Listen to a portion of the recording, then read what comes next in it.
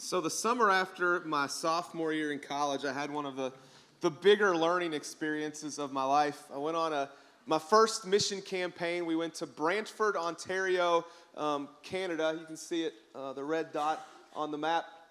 It was at the end of my sophomore year. Some folks kind of from back home where I was from were going up there on this trip, and so they invited me and my roommate. And we went on this campaign with them. We actually drove back home to West Virginia from Henderson down here, and then we met them over here. They were heading up from Henderson. We met them here and then rode this bus all the way up there. This is actually a picture of the campaign group. I guess this was 2001. I'm this jerk doing that.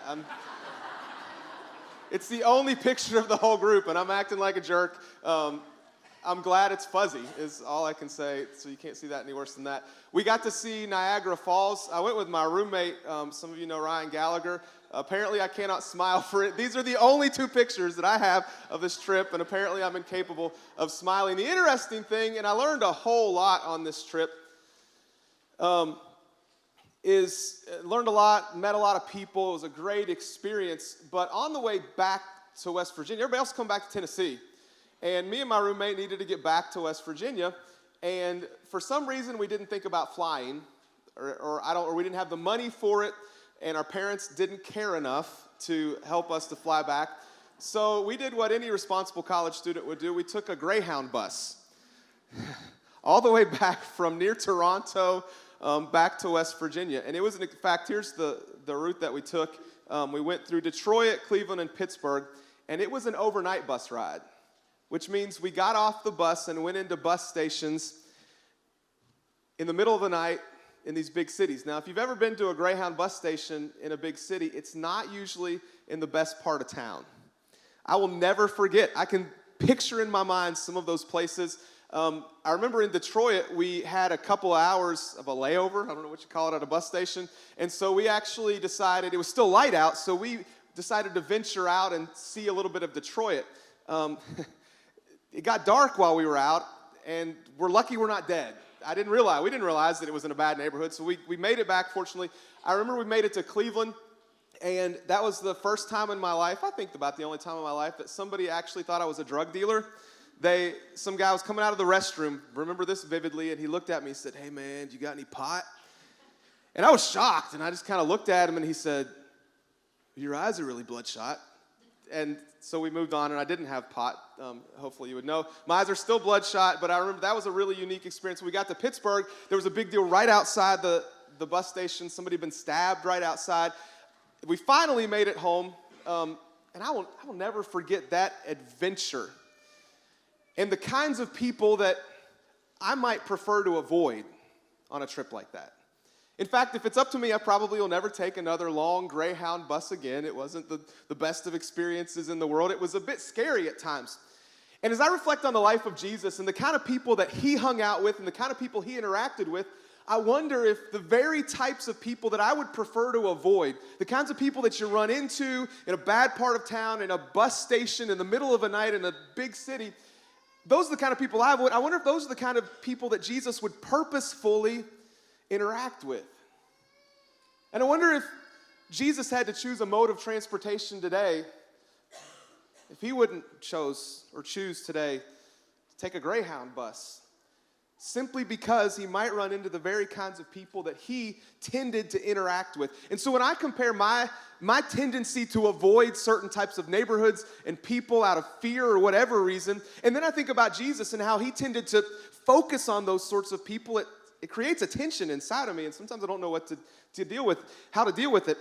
And I think you see this tendency of Jesus to go to these sorts of people over and over again in the Gospel of Luke. If you're a guest with us, if it's your first time with us, we're walking through the Gospel of Luke this year. And if you want to go ahead and turn to Luke chapter 7, that's where we're at, Luke chapter 7. And in this particular passage, Jesus is again going to interact with somebody that we might tend to shy away from. In fact, shy away from is kind of a weak way to describe it. We might tend to completely move away from the kind of person that interacts with Jesus in this story. And so Luke chapter 7, let's just look at the first verse and let me explain some of the background to you. Luke 7 verse 36, one of the Pharisees asked him to eat with him. And he went into the Pharisee's house and took his place at the table. So Jesus gets invited to a dinner, and there's a couple of really important pieces of background information that you should know.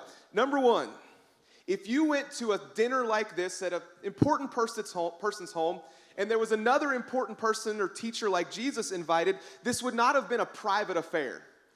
You invite somebody to dinner, you let them in, you close the doors, you probably lock the doors, and nobody else just wanders in. But during the time of Jesus, at a dinner like this, it may have occurred in a courtyard, wherever it would have occurred, the doors would have been wide open. And people would have been welcome to come in and out. And so surrounding this table where Jesus and the Pharisee were at, and probably a handful of others, would have been people sitting or standing on the periphery watching and maybe listening for the teachings of Jesus. And this would have been perfectly acceptable. Even beggars would have been welcome to come into a situation like this. They may have been shooed away, but they would have come in, which sets up the way that this woman in this story is going to just kind of walk into this. It's not like she busted through a locked door. This would have been an open sort of setting. Here's the second piece of background information that's really important in this story. If you were a guest at somebody's house like this, a dinner like this, there would have been some expectations that you would have met to greet that person. Number one, you would have kissed the person on the cheek, kind of like we would have shake hands. If you come to my house, I'm going to shake your hand when you arrive. And then you would provide a basin of water. You know this, just so the feet could be washed. Now, you might have a slave or a servant who would wash the feet. If you didn't, you would at least provide the basin of water so the person could wash their own dirty feet. And then you would also provide a little bit of olive oil so the person could kind of wipe their face. Again, from the dust that they'd experienced out in the dusty streets. So all three of those things would have been common etiquette. Kind of like if you invite somebody over to your house for dinner, you're going to shake their hand, you're going to offer them a place to sit, you're going to show them where the restroom is, maybe offer them a drink. Common courtesy.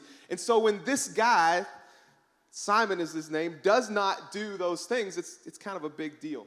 So with that in mind, watch what happens. Again, Luke chapter 7, verse 37. And behold, a woman of the city who was a sinner. That's a nice Jewish way of saying probably she was a prostitute. All right, so here's a woman who is known in town as maybe the only town prostitute. She was a sinner. When she learned that he was reclining at table in the Pharisee's house, brought an alabaster flask of ointment. Alabaster is just a soft type of stone that they would put perfume in. Archaeologists have found hundreds of these little flasks. And standing behind him at his feet, weeping, she began to wet his feet with her tears and wiped them with the hair of her head and kissed his feet and anointed them with the ointment. So you kind of picture the scene. We'll come back to it in a second. Now, when the Pharisee had invited him, saw this, he said to himself, if this man were a prophet, he would have known who and what sort of woman this is who is touching him, for she is a sinner. Now, put yourself in the room or the courtyard where this is occurring. Jesus, maybe you're one of those people sitting on the periphery trying to catch just a hearing of what Jesus is going to say to this Pharisee. And Jesus, the text says, is reclined at table. Now, I thought about demonstrating for you, but that would be really awkward, so I'm not going to. But imagine that Jesus is kind of propped up on his left side, and his feet, maybe there's some cushions or a low couch at a low table, and his feet would have been extended out from the table. All right, so it would be easy for somebody to come into the room and get to his feet. And so in walks this woman who is the sinful woman in this city. Now, we have no reason to believe that this doesn't occur, this probably occurs, let me say it this way, somewhere around the Sea of Galilee. That's where Jesus is right now. So this is not a big city. Let me add, the other accounts of this in Mark and John, probably not the same account. Because this occurs in Luke's gospel early on in the ministry of Jesus. That account in Mark 14 and then in John, that occurs the last week of the life of Jesus. So a couple of different places where it appears that women come and wash Jesus' feet and his head with jars of perfume.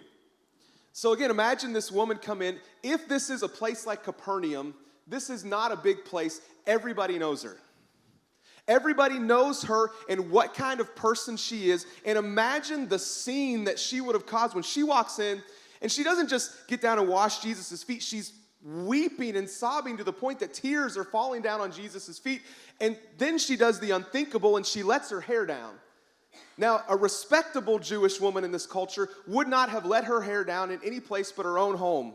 And she does this in public, which only amplifies the kind of reputation that she has. And she takes her hair and she wipes Jesus' feet with her hair. weeping, and she pours this perfume on it. Can you imagine the groaning and grumbling and eye-rolling that was occurring in this room as this woman was making this scene? She went way over the top.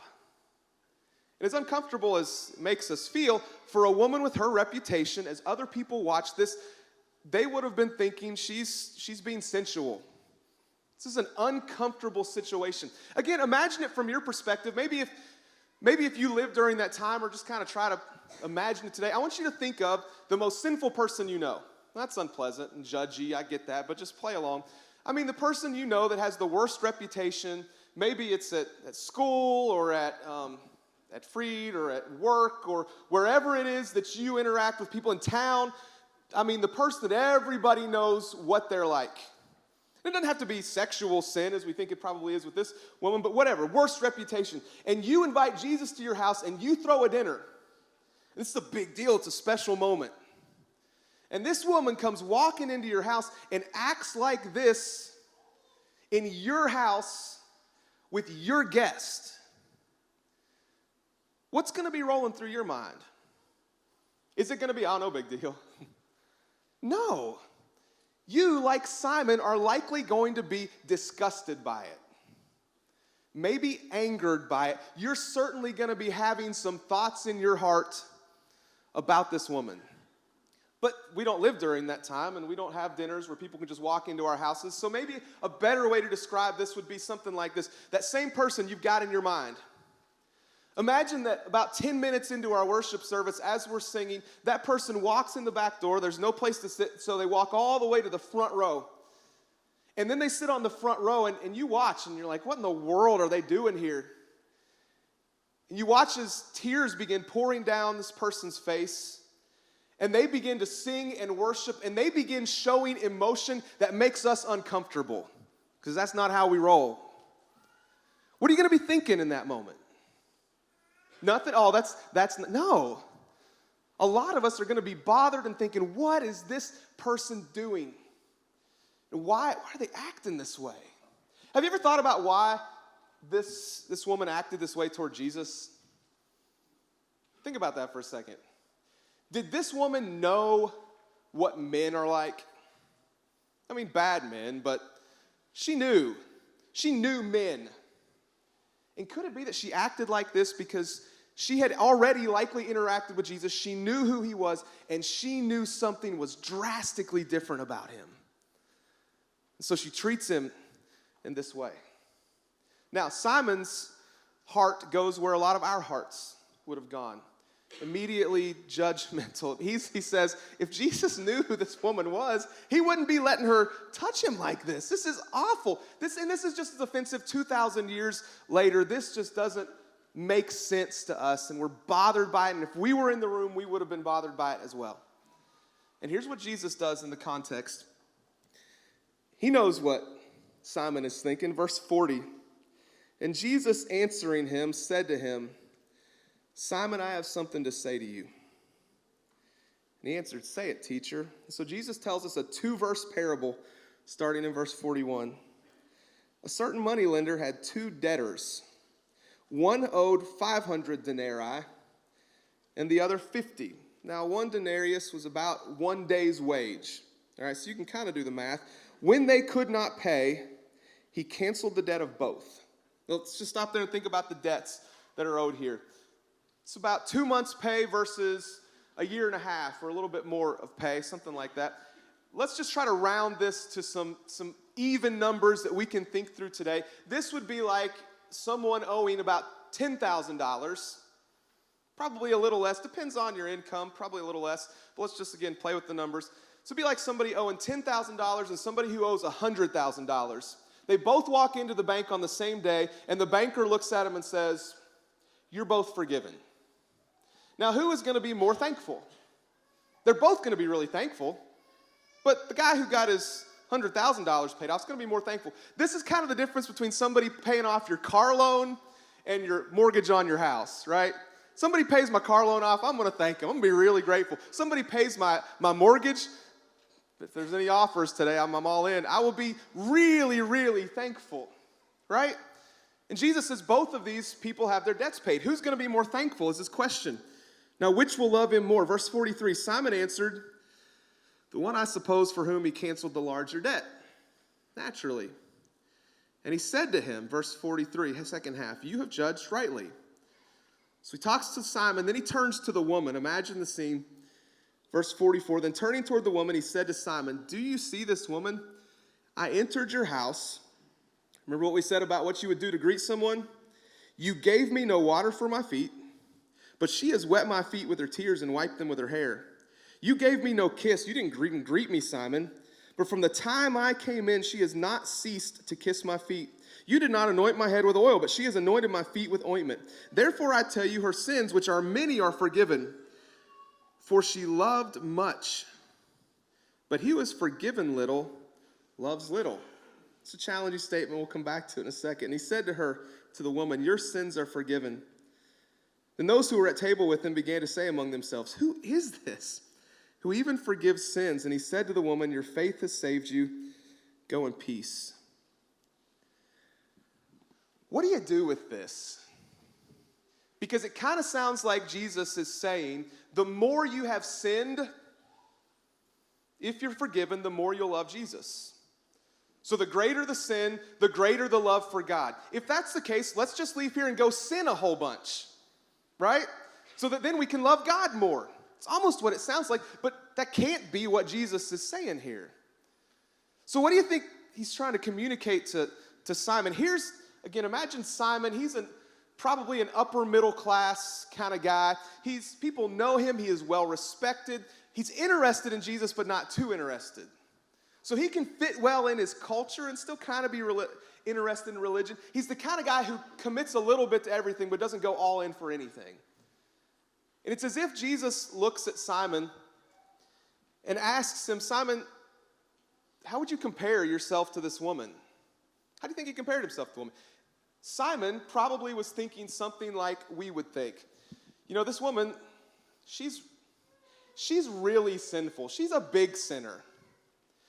I'm a little sinner, but I'm not as near as bad as her. If we're talking about my relationship with God and the debt that sin causes, I've got a little bit of debt, sure, but she's a really big debtor. But you know something about debt? If you are in debt and you can't pay it, it doesn't matter how much debt you've got. If you're broke, the debt still seems to be insurmountable. Right? So if you're in debt to someone and you can't pay, that debt seems insurmountable. Some of you likely have some credit card debt. And I'm guessing some of you have some credit card debt that maybe isn't like a huge amount, $2,000, $3,000, $4,000, $5,000, and you have tried for years to pay it down and you just can't. And that debt, even though it's not big, feels insurmountable because you just can't pay it off.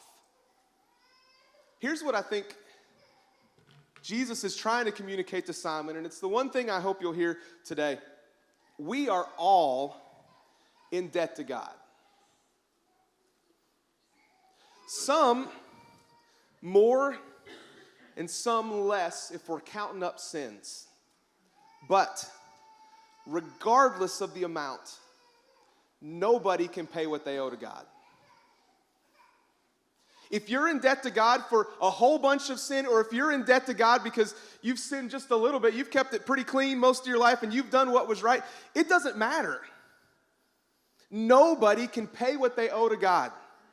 Even if you owe a lot or even if you owe a little. Romans chapter 3, verse 23. Can anybody quote that for me? I'll start it and you're going to finish it for me. Romans 3:23. For all have sinned and fall short of the glory of God. Everybody knows that verse, right? Have you ever looked at the phrase right before it in verse 22? I wonder if anybody can quote that for me. Here's what it says.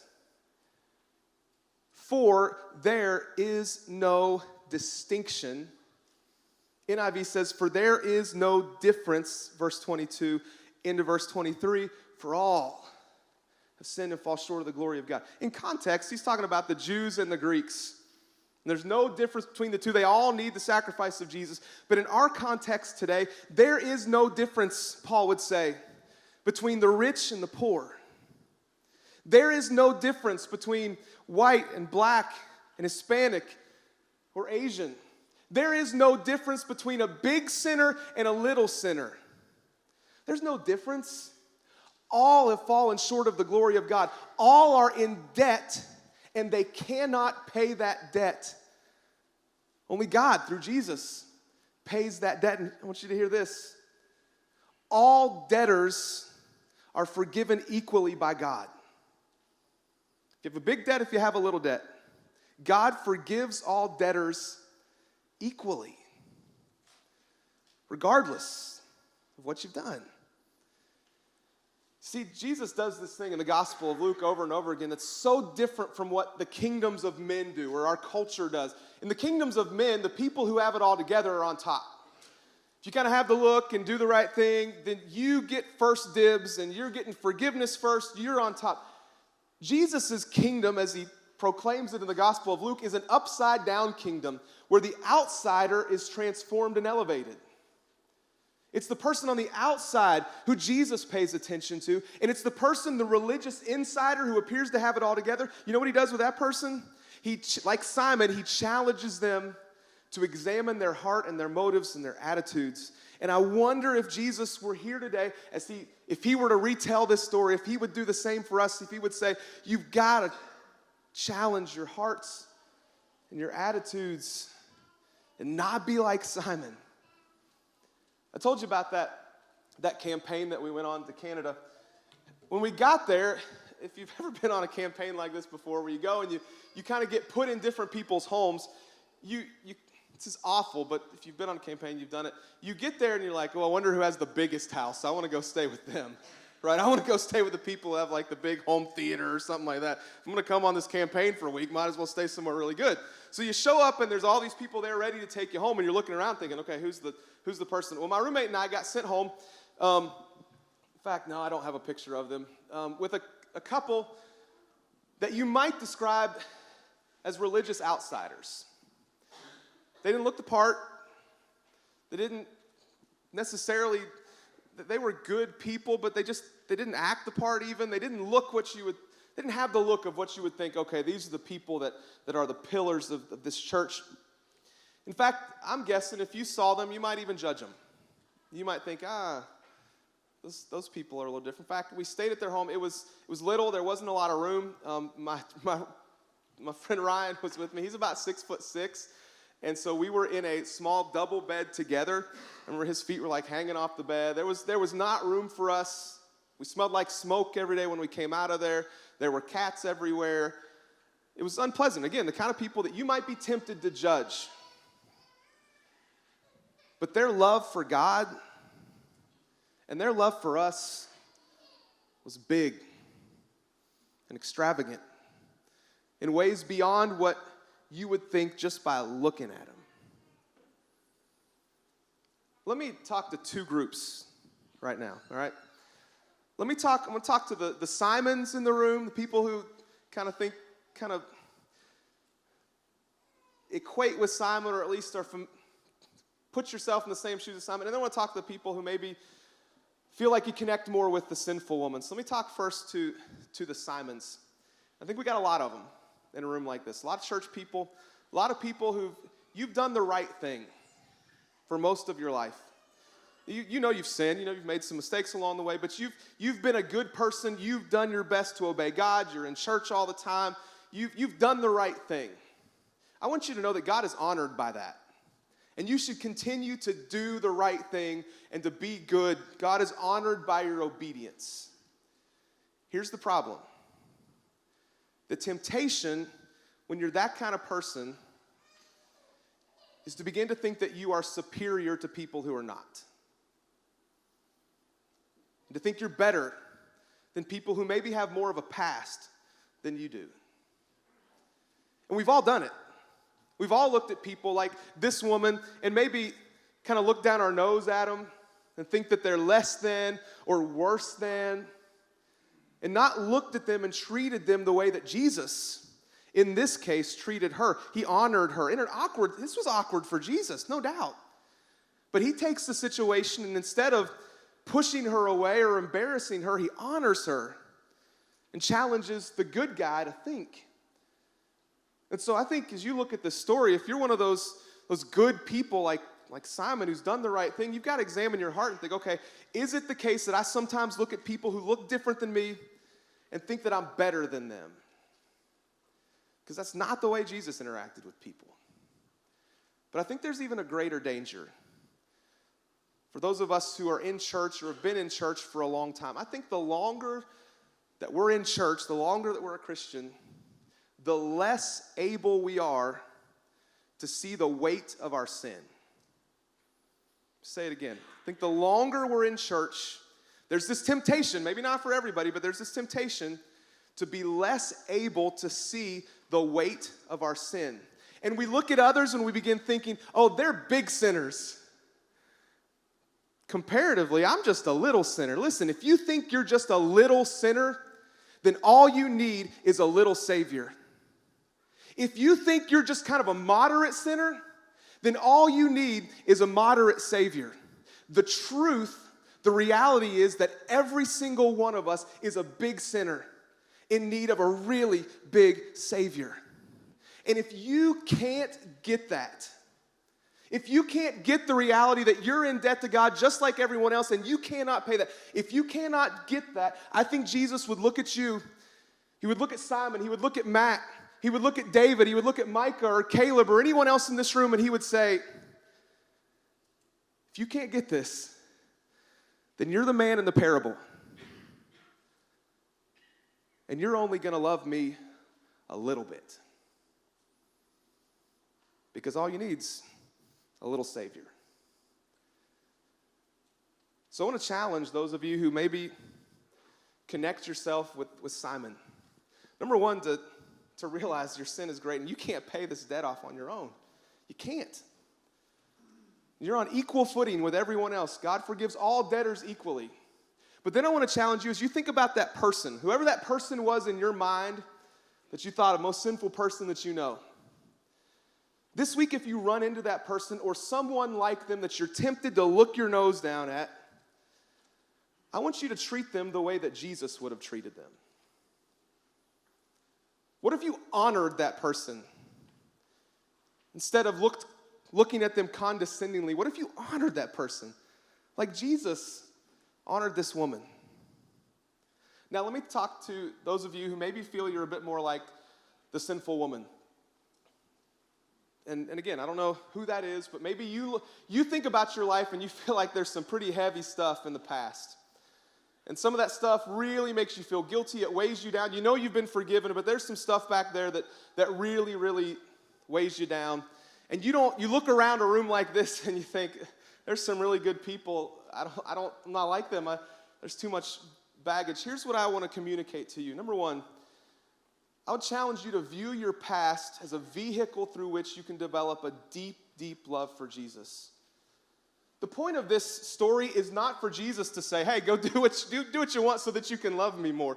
No, those of you who are in this situation, you kind of feel like the sinful woman, you know that you regret that deeply, and the pain that you caused and the guilt that you feel and the bitter memories that control you, you'd do anything to get rid of them. So nobody's thinking, oh, wow, this is an excuse to go do what we want. But if you've been forgiven of what you feel to be big sins, if you feel like your list is longer, your debt is bigger than other people, then I want to challenge you to view that debt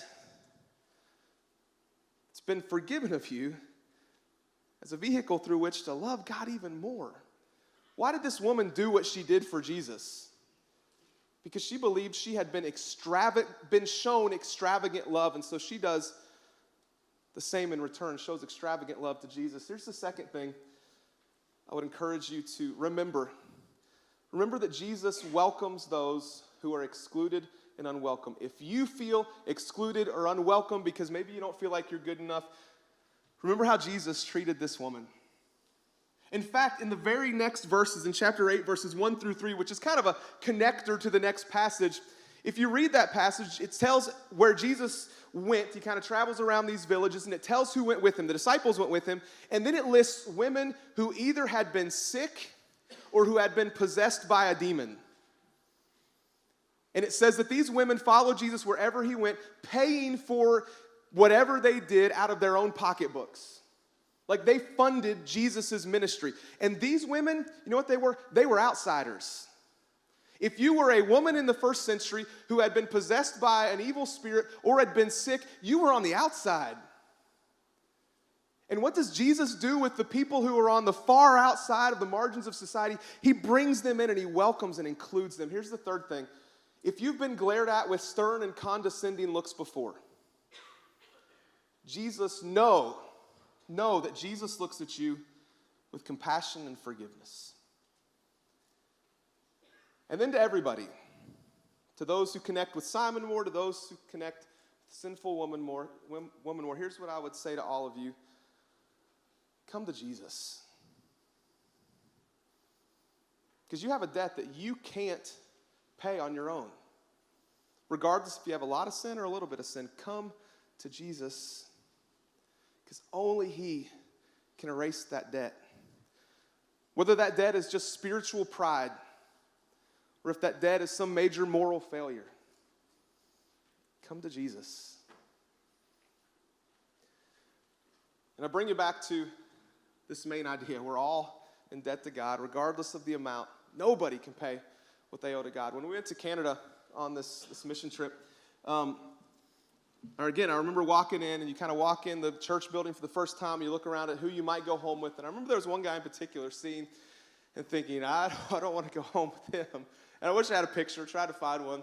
He was probably, at least in my mind, as I probably exaggerated a little bit, he must have been 6'4", 280 pounds, flat top, looked like a defensive lineman. And he was massive. He had tattoos. This was the best part. He had a cut-off t-shirt and then cut-off jean shorts. And he had tattoos up and down his arms and his legs. It's the kind of guy you look at and think, not sure I want to go home with him for the week. And we didn't go home with him, but as we got to know him through the week, we came to discover what had happened with his life. And it turns out he had been in a biker gang. He was at a bar one weekend, got tired of that life, and he just crossed the street to a church building and became a Christian. Pretty cool story. And he's one of those guys that had experienced the extravagant love of God. It changed his life, and now he showed that extravagant love to others. I remember walking around Brantford, knocking doors with this guy. He kind of hung out with me and my friend, and we knocked doors, and we'd go into these low-income neighborhoods, and we were nervous, and man, he would connect with people all throughout that neighborhood. On the day before we were heading back, everybody else was going to go to Niagara Falls. Our bus tickets were going to prevent us from going to Niagara Falls, so the evening before we left, he said, you guys can't miss that. And so he drove just me and my roommate all the way to Niagara Falls so we could see it, and then drove us back. We spent the day with him. Now, he was the kind of guy that I think some of us would look at and think, I'm not sure I want to be around him. He was probably the kind of guy that Simon, in this passage, would have looked at and criticized Jesus for hanging out with him. But here's what I know about Ray. That's his name. I'm just like Ray. And you're just like Ray. A big sinner in need of a really big Savior. Why? Because we all have debt that we can't pay.